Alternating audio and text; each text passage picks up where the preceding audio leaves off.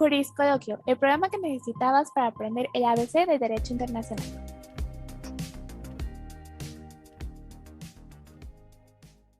Sean todas y todos bienvenidos una vez más a este podcast llamado Juriscoloquio. Yo soy Stephanie Hernández y estoy encantada de estar con ustedes nuevamente.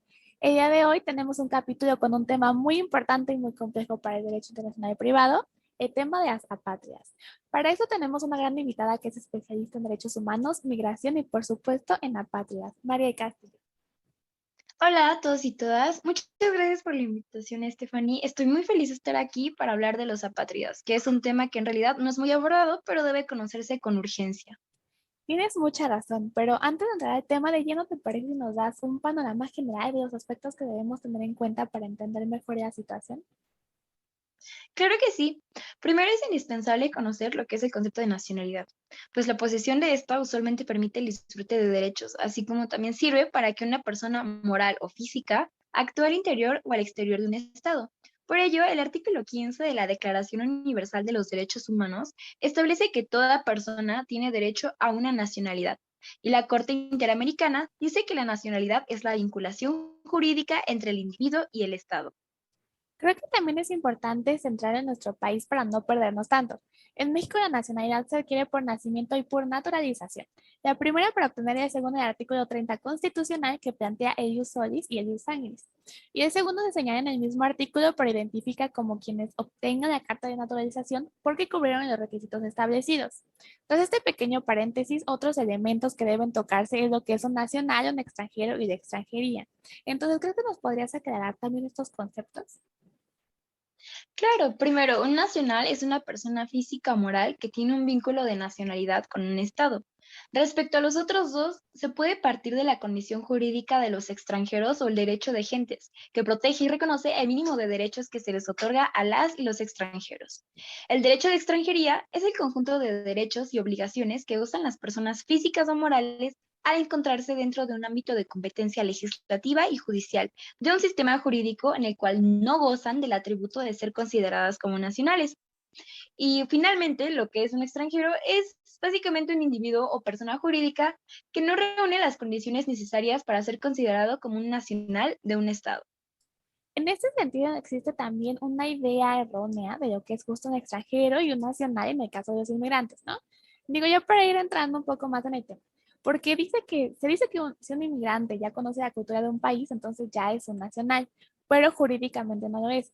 Sí se puede sentir como miembro, pero en lo jurídico la persona sigue siendo extranjera y será nacional hasta que cumpla con el proceso para adquirir la nacionalidad. Y precisamente en este punto sobre tener o no la nacionalidad es donde entra la patria. Pero, ¿qué es una patria? Bueno, significa sin nacionalidad y por ende se le inhibe a una persona en esta condición el acceso a los derechos humanos, políticos y civiles. Y es el Estado, hay que destacar, quien priva del derecho a la nacionalidad. Entonces, ¿nos podrías contar cuáles son las causas de la patria? Deben ser varias debido a la pluralidad de contextos en cada región y país, en determinados momentos históricos. Sí, tienes toda la razón. Efectivamente, la patria puede ser causada por diversos factores, como la discriminación en las leyes de nacionalidad, como de tipo raciales, religiosas o de género, como las leyes de matrimonio en algunos países. También puede ser causada por conflictos, obstáculos administrativos y vacíos en las leyes de nacionalidad. También puede ser causada, por ejemplo, por la sucesión de estados, que provoca un vacío institucional que deja sin nacionalidad, disculpen, a extranjeros, sus descendientes y recién nacidos.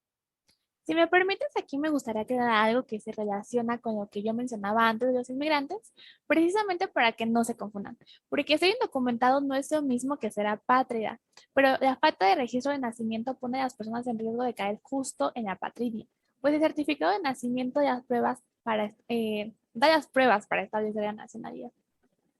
Exacto, y justo las consecuencias de las personas en situación de patria no suelen tener los derechos básicos de otros ciudadanos. Y cuando miles de personas son apátridas, el resultado son comunidades aisladas y marginadas, causando incluso conflictos y desplazamientos. Bueno, ya que tocaste el tema de las apátridas en comunidades y lo complicado que puede ser esto, me gustaría que nos hablara de la situación de apatridad en Costa de Marfil. Pero antes de pasar contigo, María, voy a contextualizar a grandes rasgos. Costa de Marfil está en África Occidental, cuenta con 700.000 habitantes, muchos de los cuales eran inmigrantes de ascendencia burkinesa que no eran elegibles para la nacionalidad en Costa de Marfil después de la independencia de Francia en 1960. Por esta cuestión se han dado conflictos en el país porque en el norte hay muchos inmigrantes de otros países y desde que los marfileños adoptaron el concepto de igualité, que es para promocionar la cultura propia, se ha utilizado con fines políticos para excluir a los extranjeros. Incluso señala que todos los ciudadanos cuyos cuatro abuelos no eran marfileños serían extranjeros. Y bueno, ya con este pequeño contexto, cuéntanos, María, ¿quiénes son apátridas en Costa de Marfil? El primer grupo son personas abandonadas en la infancia, no conocen a sus padres y no son ciudadanos para la ley del Estado y tampoco están registrados. Después tenemos a los inmigrantes históricos que llegaron al país solos o con sus padres o abuelos o inmediatamente después de la independencia y no definieron su nacionalidad cuando pasó esta o antes de que se modificara la ley de ciudadanía en 1972. La situación es que es un vacío en la ley, pues en la Constitución de Costa de Marfil no se aborda el tema de la nacionalidad en ninguno de sus capítulos, ¿lo puedes creer? Sino que más bien se limita a hacer mención de la ciudadanía y otros derechos como la libertad debido a su contexto histórico. Entonces, las situaciones por vacíos con la legislación y los procedimientos administrativos con el proceso de descolonización y con los patrones migratorios pasados y presentes. Pero, bueno, ¿qué se ha hecho al respecto? Bueno, tenemos que hay 600.000 personas en apatridia en Costa de Marfil, pero fíjate que en octubre de 2013 el país firmó la Convención de 1954 sobre el Estatuto de los Apátridas y la Convención de 1961 para reducir los casos de apatridia. Otras medidas son una reciente reforma a la ley de nacionalidad y en 2014 el gobierno también lanzó un programa con medidas para facilitar la adquisición de la nacionalidad. También me parece muy destacable recordar que en 2013 se aprobaron dos nuevas leyes sobre la nacionalidad que permiten a los extranjeros y a sus descendientes solicitar la nacionalidad marfileña si han vivido en el país desde antes de la independencia, si nacieron en el territorio marfileño entre 1961 y 1973, o bien si se casan con un ciudadano marfileño. Y finalmente, en 2020 tenemos que Costa de Marfil adoptó un procedimiento para identificar y proteger a los apátridas, convirtiendo así a Costa de Marfil en el primer país africano en adoptar esa medida de amparo anunciada por la Agencia de las Naciones Unidas para los Refugiados. Bueno, como ya pudimos ver, la situación de Costa de Marfil es muy complicada y en general de los apátridas, pero Costa de Marfil es un ejemplo a seguir para que los estados hagan algo y se les pueda asegurar a todas las personas una nacionalidad. Y aunque poco a poco los países van adoptando un plan de acción jurídicamente vinculante para poner fin a la apátrida, se necesitan doblegar esfuerzos. Con todo esto, tristemente llegamos al final de este programa. Me gustaría seguir conversando contigo, María, sobre este tema porque es interesante y bastante complejo, pero se nos acabó el tiempo. Así que no me queda más que agradecerte por acompañarnos el día de hoy. Te espero pronto para otra emisión de este podcast.